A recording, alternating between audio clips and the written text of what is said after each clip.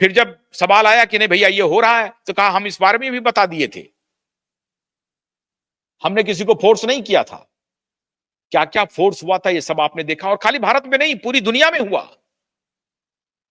भारत में तो फिर भी कम रहा, भारत में तो फिर भी सरकार ने मैंडेट नहीं किया, भारत में तो फिर भी भारत की अदालत ने स्टैंड लिया और भारत की अदालत ने इनको बाहर फेंका। लेकिन अमेरिका में तो हद कर दिया, अमेरिका में तो जबरदस्ती किया, अमेरिका में तो अदालत ने भी उसके समर्थन में फैसला दिया।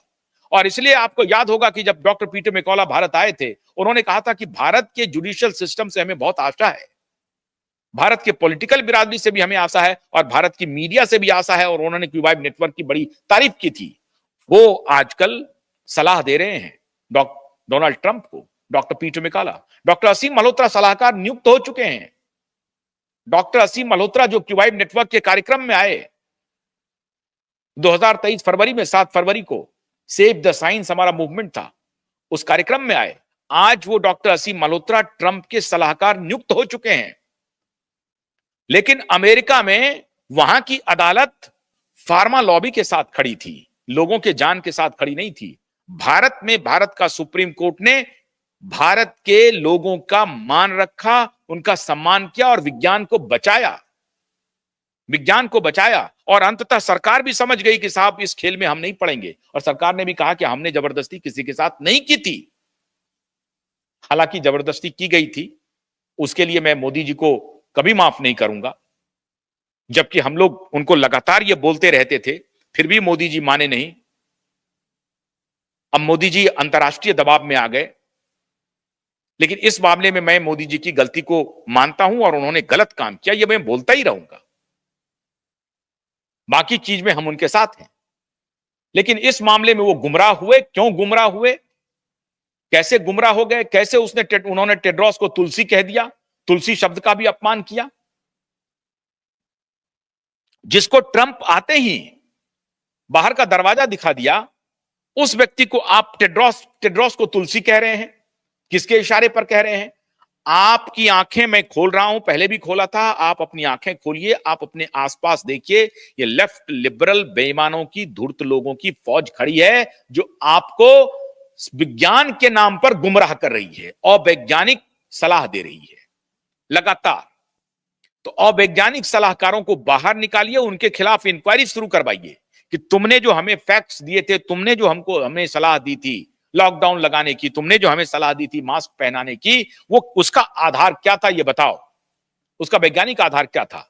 आज जिन्होंने लॉकडाउन के खिलाफ बैरिंगटन डिक्लेरेशन साइन किया, वो एनआईएच के डायरेक्टर हो गए हैं, डॉक्टर जय भट्टाचार्य, जिनसे क्यूबाइब नेटवर्क भी संपर्क में था।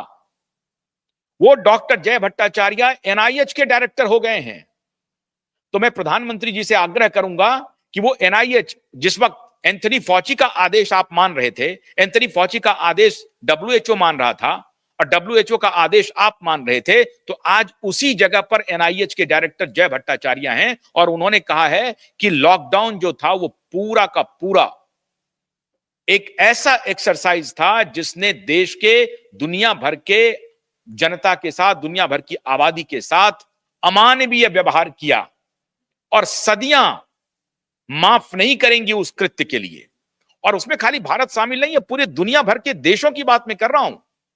और दुनिया भर के देश में अब इंक्वायरी शुरू हो गई है और अमेरिका में तो एनआईएच के डायरेक्टर बन गए हैं जय भट्टाचार्य, जिन्होंने बैरिंगटन डिक्लेरेशन साइन किया था। और वो डिक्लेरेशन का मतलब था कि लॉकडाउन गलत है, अगर कोई इन्फेक्शन एयरबॉर्न हो गया है तो लोगों का एंटीबॉडीज खुद बढ़ता है और उसके लिए और भी उपचार हो सकते हैं, दवाएं दी जा सकती हैं, वैक्सीन दी जा सकती हैं, सारी बातें हो सकती हैं, लेकिन ये कोई रेमेडी नहीं है। लेकिन हैवॉक क्रिएट करना था, डराना था लोगों को। जो दवा दी गई, जो बूटी दी गई, वो एक्चुअल में था ही नहीं जिस कैटेगरी में उनको कहा, तो वो उनको कहा गया, इमरजेंसी ऑथराइजेशन किया गया उनको। फार्मा कंपनी चाहती थी कि इमरजेंसी ऑथराइजेशन मिल जाए और जल्दी से जल्दी हम ये माल को बेच दें। सारी कंपनियां आ गई थी और यहां पर देश में केजरीवाल और राहुल गांधी कह रहे थे जल्दी बूटी दो, जल्दी बूटी दो, जल्दी बूटी दो। इस तरह से सरकार को घेर रही थी। तो मैं कह रहा हूं बार बार कि सरकार की इसमें उस तरह से गलती नहीं थी। सरकार एक ऐसे चीज में फंस गई थी जहां उनको अगर वो दबा नहीं देती तो लोग कहते दबा दीजिए, क्योंकि आपके साइकोलॉजी को इस तरह से कर दिया था। और अगर दबा नहीं देते तो उनको कहता कि भाई सरकार दबा देने में अक्षम है। और अगर सरकार समझाने की कोशिश करती और फिर अगर कुछ बात हो जाती तो फिर सरकार को घेर लिया जाता कि देखिए ये गलत काम कर रहे हैं। तो एक प्रकार से सरकार को इन्होंने तलवार की धार पर खड़ा कर दिया। अगर तलवार पर चढ़ते हैं तब भी पैर कटेगा, उतरते हैं तो तलवार पर चल नहीं पाते। ये हालत कर दी थी इन लोगों ने। तो ऐसे पूनावाला को, जिन्होंने आपको प्रधानमंत्री जी गुमराह किया, गलत सलाह दिया, गलत तरीके से गलत प्रोडक्ट को बेचने के लिए आपके खजाने से भी पैसा निकलवाया और लोगों की जेब से भी पैसा निकलवाया, उनके खिलाफ आज जो कानूनी कार्रवाई हो रही है तो जज खुद को ही अलग कर रहा है सुनवाई से। अद्भुत बात हो रही है। हाई कोर्ट के जज कह रहे हैं कि मैं इस केस की सुनवाई नहीं करूंगा। दलील यह दी जा रही है कि जो इसमें वादी हैं, जिन्होंने केस किया है, उनका वो कभी किसी समय वकील रहे थे। अब इसकी सच्चाई क्या है ये तो वही बताएंगे। हमारे पास जो सूचना है वो यही है कि जज साहब ने इस केस को सुनने से मना कर दिया और कहा कि मैं इससे अपने को अलग करता हूं। तो उस वक्त रमन्ना साहब सुनते नहीं थे, चंद्रचूड़ साहब सुनते नहीं थे। अब जब कुछ अदालतें सुन रही हैं तो उस अदालतों के खिलाफ आधार पूनावाला कह रहा है कि हमें डिफेम करने के लिए हमारे खिलाफ नोटिस आ रहा है। और हाईकोर्ट से जाकर के हाईकोर्ट के जज कह रहे हैं कि मुझे इसमें सुनवाई करने से रोका जाए, मैं इसमें नहीं करूंगा सुनवाई। अब ये रसूख, अब इसे क्या कहा जाए? क्या ये आधार पूनावाला का रसूख है, रुतबा है, जो एक जज खुद को कह रहा है कि मैं अपने को अलग कर रहा हूं?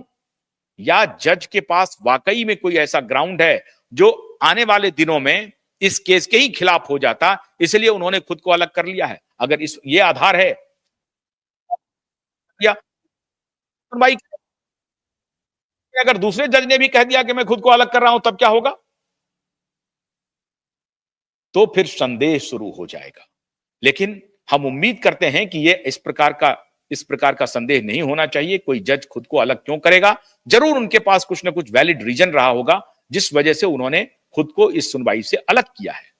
अगर वो अकाउंटेबिलिटी की बात हो, कॉन्फ्लिक्ट ऑफ इंटरेस्ट की बात हो रही हो, कि अगर वो उनका ही वकील है जिन्होंने केस फाइल किया है, रह चुके हैं पहले, और आज वो जज हैं, उन्हीं के बेंच में आया है, तो लोग इस तरह की बात वो कर सकते थे, क्योंकि मामला बहुत बड़ा है, 10,000 करोड़ के नोटिस का है। सुनने में तो यह भी आया है कि 12 लाख करोड़ के नोटिस भी सर्व किए जा चुके हैं बिल गेट्स और आधार पूनावाला के खिलाफ। तो धीरे धीरे सच्चाई सब सामने में आएगी और मैं समझता हूं कि सरकार इस दिशा में बहुत गंभीरता से विचार कर रही है, सोच रही है। सरकार गुनहगारों को छोड़ने वाली नहीं है। ठीक है, गुनाह उस परिस्थिति में गुमराह कर दिया गया, गलत वैज्ञानिकों की सलाह मान ली गई।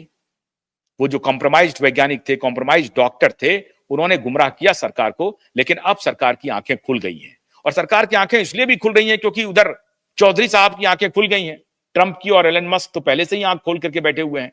ट्रंप साहब खोल रहे हैं पूरी दुनिया की आंख को, और पूरे इन्वेस्टिगेशन में चला गया है महामारी की सारी बातें।